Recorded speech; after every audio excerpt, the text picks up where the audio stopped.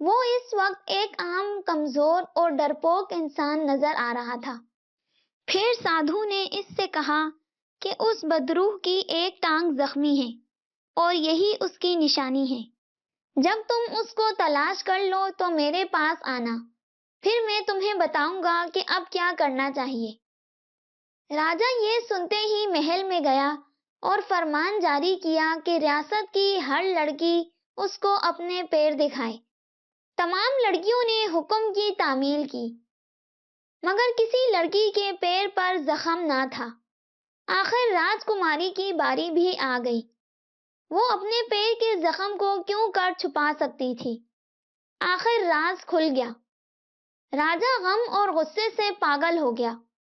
بھاگا بھاگا سادھو کے پاس پہنچا اور یہ بری خبر اس کو سنائی۔ سادھو تو تیار ہی بیٹھا تھا، فوراً بولا، تم نے اس لڑکی کی 14 برس تک پرورش کی، افسوس تمہارے ساتھ دھوکا ہوا۔ تمہاری اصلی بیٹی پیدا ہوتے ہی چرا لی گئی اور اس کی جگہ ایک بدروح کو انسانی شکل میں رانی کی گود میں ڈال دیا گیا تھا۔ اب تم جو چاہو کرو، میں نے اصلیت سے پردہ اٹھا دیا ہے، لیکن اتنا یاد رہے کہ اگر تم نے اس بھوتنی کو یوں ہی چھوڑے رکھا تو ایک نہ ایک دن وہ تمہیں اور تمہاری سلطنت کو تباہ کر کے رکھ دے گی۔ راجا سادھو کی ہر بات اس طرح مانتا تھا جیسے اس کا کہا خدا کا حکم ہو۔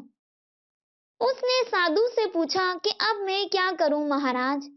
تو سادھو بولا، تمہیں اس بھوتنی کو ٹھکانے لگانے کا بندوبست کرنا چاہیے۔ تم ایسا کرو، میرے پاس 2 بڑھئی بھیج دو۔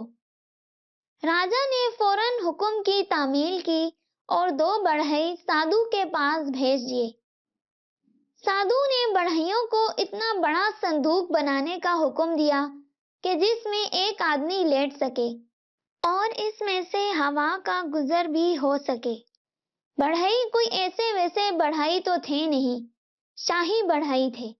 انہوں نے ایسا اچھا صندوق تیار کیا کہ جسے دیکھ کر سادھو خوش ہو گیا۔ اب سادھو کے حکم کے مطابق راجا راجکماری کو مندر میں لایا۔ ڈری سہمی راجکماری اس وقت اور زیادہ پیاری لگ رہی تھی۔ راجا اور سادھو نے مل کر اس کو صندوق میں بند کر دیا۔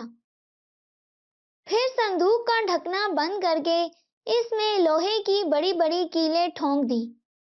اس کے بعد صندوق کو ندی میں بہا دیا۔ اس کام سے فارغ ہو کر غمزدہ تھکا ہارا راجا تو محل میں واپس چلا گیا، جبکہ سادھو نے اپنے 2 چیلوں کو بلایا اور ان سے کہا، آج ندی میں ایک صندوق تیرتا ہوا آئے گا، اس میں خزانہ بھرا ہوا ہے۔ تم ندی کے کنارے کنارے چل کر اس صندوق کو تلاش کرو، چاہے چلتے چلتے ساتھ کی ریاست میں پہنچ جاؤ۔ تمہیں ہر قیمت پر یہ صندوق میرے پاس لانا ہے۔ میں مندر میں انتظار کروں گا۔ چیلے سارا دن ندی کے کنارے گھومتے رہے، پھر تھک ہار کر بیٹھ گئے۔ زوروں کی بھوک بھی لگنے لگی۔ انہوں نے سب سے پہلا کام یہ کیا کہ پیٹ بھر کر کھانا کھایا۔ پھر آرام کرنے جو لیٹے تو خواب خرگوش کے مزے لینے لگے۔ لکڑی کا صندوق ندی میں تیرتا پھر رہا تھا، مگر سادھو کے چیلے خراٹے لے رہے تھے۔ رات بیت گئی اور دن نکل آیا۔ اتفاق سے ندی کے کنارے جنگل میں پڑوسی ریاست کا راجکمار شکار کھیلنے آیا ہوا تھا۔ یہ ندی اصل میں اس کے باپ کی ریاست اور راجکماری کے باپ کی ریاست کے درمیان سرحد تھی۔ راجکمار ایک سفید ہرن کا پیچھا کرتا ندی کے کنارے تک آ پہنچا۔ اس کے ایک ساتھی نے چلا کر کہا، دیکھیے، ہرن تو ندی کے بیچ میں نظر آ رہا ہے۔ راجکمار نے دیکھا کہ کوئی چیز ندی کی لہروں پر ڈول رہی ہے، لیکن یہ سفید ہرن ہرگز نہ تھا، بلکہ ایک بڑا سا صندوق تھا۔ بہت سے شکاری ندی میں کود پڑے اور آن کی آن میں صندوق کھینچ کر کنارے پر لے آئے۔ پھر اپنے خنجروں سے صندوق کا ڈھکنا کھولا۔ صندوق کے اندر ایک خوبصورت لڑکی لیٹی ہوئی تھی۔ دیکھنے والے دیکھتے ہی رہ گئے۔ تازہ ہوا کے لگتے ہی راجکماری کو ہوش آ گیا۔ جب وہ بات چیت کرنے کے قابل ہوئی تو راجکمار نے پوچھا، تم کون ہو اور کس نے تم کو صندوق میں بند کر کے دریا میں ڈالا؟ تو راجکماری نے اپنی آپ بیتی کہہ سنائی۔ اس نے بتایا کہ اس کا باپ ان دنوں ایک بدماش سادھو کے جھانسے میں آیا ہوا ہے اور اس کو بہت پہنچا ہوا سمجھتا ہے۔ اس نے اسی سادھو کے کہنے پر مجھے صندوق میں ڈالا اور ندی میں بہا دیا۔ راجکماری نے راجکمار کو یہ بالکل نہیں بتایا کہ ایک رات وہ چوری چوری سادھو کو دیکھنے کے لیے مندر میں گئی تھی۔ راجکمار نے اسے غور سے دیکھتے ہوئے کہا، اگر آپ پڑوسی ملک کی راجکماری ہیں تو یقیناً آپ میری ہی منگیتر ہیں۔ یہ سن کر راجکماری نے اپنا چہرہ گھونگھٹ میں چھپا لیا اور بولی، اگر اس خبیث سادھو کو پتہ چل گیا کہ میں صندوق میں سے زندہ بچ نکلی ہوں تو وہ مجھے جان سے مار کر ہی دم لے گا۔ یہ کہہ کر اب اس نے راجکمار کو اصل واقعہ کہہ سنایا کہ کس طرح وہ رات کو چھپ چھپا کر سادھو کو دیکھنے گئی تھی اور کس طرح سادھو نے خنجر مار کر اسے زخمی کر دیا تھا۔ راجکماری سے ساری بات سن کر راجکمار اپنی منگیتر کو لے کر اپنی راج دہانی میں آیا اور وزیر اعظم کو بلا کر کہا، دریا کے کنارے لکڑی کا ایک بہت بڑا صندوق پڑا ہے۔ اس صندوق میں اس پاگل بندر کو بند کر دیا جائے جس کو ہم نے زنجیروں سے باندھ رکھا ہے۔ اس کے بعد اسے سادھو کے مندر کے قریب ندی میں ڈلوا دیا جائے۔ وزیر بندر کو لے کر فوراً ندی پر پہنچا۔ اس نے بندر کو صندوق میں ڈالا، ڈھکنا بند کیا، خوب کیلیں ٹھونکی اور پھر ندی میں اس جگہ بہا دیا جہاں سادھو کے چیلے صندوق کے آنے کی راہ دیکھ رہے تھے۔ انہوں نے جو اچانک دوسرے کنارے سے صندوق کو آتے ہوئے دیکھا تو خوشی سے اچھل پڑے۔ فوراً بڑے بڑے بانس پانی میں ڈالے اور صندوق کو کھینچ کر کنارے پر لے آئے۔ پھر وہ اسے اٹھا کر سادھو کے مندر میں لے گئے جہاں سادھو ان کا انتظار کر رہا تھا۔ چیلوں نے صندوق گرو کے حوالے کیا اور بڑے شوق سے اس کے کھلنے کا انتظار کرنے لگے، لیکن سادھو نے ان سے کہا، تم لوگ جاؤ، میں اسے تنہائی میں کھولوں گا، اور ہاں، اگر تمہیں چیخوں یا رونے دھونے کی آوازیں سنائی دیں تو بالکل پرواہ نہ کرنا، اب جاؤ، مندر سے نکل جاؤ۔ سادھو کی بات سن کر چیلے مندر سے باہر چلے گئے اور دروازہ اچھی طرح بند کر دیا، لیکن حیرانی کے عالم میں وہ مندر کے دروازے پر کان لگا کر بیٹھ گئے۔ اچانک مندر کے اندر سے دل دہلا دینے والی چیخیں سنائی دینے لگیں، لیکن چیلوں نے اندر جانے کی جرات نہ کی کیونکہ ان کے گرو نے ان کو تاکید کی تھی کہ چاہے جو کچھ بھی ہو وہ اندر نہ آئے۔ یکا یک ایک ہولناک چیخ سنائی دی اور پھر ایک دم خاموشی چھا گئی۔ یہ خاموشی چیخ سے کہیں زیادہ خوفناک تھی۔ چیلے کچھ دیر انتظار کرتے رہے، پھر حوصلہ کر کے مندر کا دروازہ کھولنے کے لیے آگے بڑھے۔ جوں ہی دروازہ کھولا، ایک موٹا تازہ بندر چیختا غراتا باہر کی طرف لپکا اور محل کی دیواریں پھاندتا ہوا جنگل کی طرف بھاگ گیا۔ اب جو چیلوں نے مندر کے اندر جھانک کر دیکھا تو توبہ توبہ، خدا کی پناہ، وہ دونوں الٹے قدموں چیختے چلاتے محل کے دروازے کی طرف دوڑے۔ چیلوں کے بتانے پر راجا کے سپاہی مندر میں گئے تو دیکھا کہ سادھو خون میں لت پت مرا پڑا ہوا ہے۔ سادھو کی موت کی خبر راجکماری اور راجکمار کو معلوم ہوئی تو وہ بہت خوش ہوئے اور اسی وقت تھوڑی سی فوج لے کر راجکماری کے ملک روانہ ہو گئے۔ راجکماری کے باپ کو اصل قصہ معلوم ہوا تو وہ اپنی نادانی پر بہت شرمندہ ہوا۔ اس نے راجکماری کو سینے سے لگایا، پیار کیا اور راج پاٹ راجکماری کے شوہر کے حوالے کر کے خود خدا کی عبادت میں مصروف ہو گیا۔ دوستو، آپ کو یہ دلچسپ کہانی کیسی لگی کامنٹ سیکشن میں ضرور بتائیے گا۔ ملتے ہیں نیکسٹ ویڈیو میں، تب تک کے لیے اللہ حافظ۔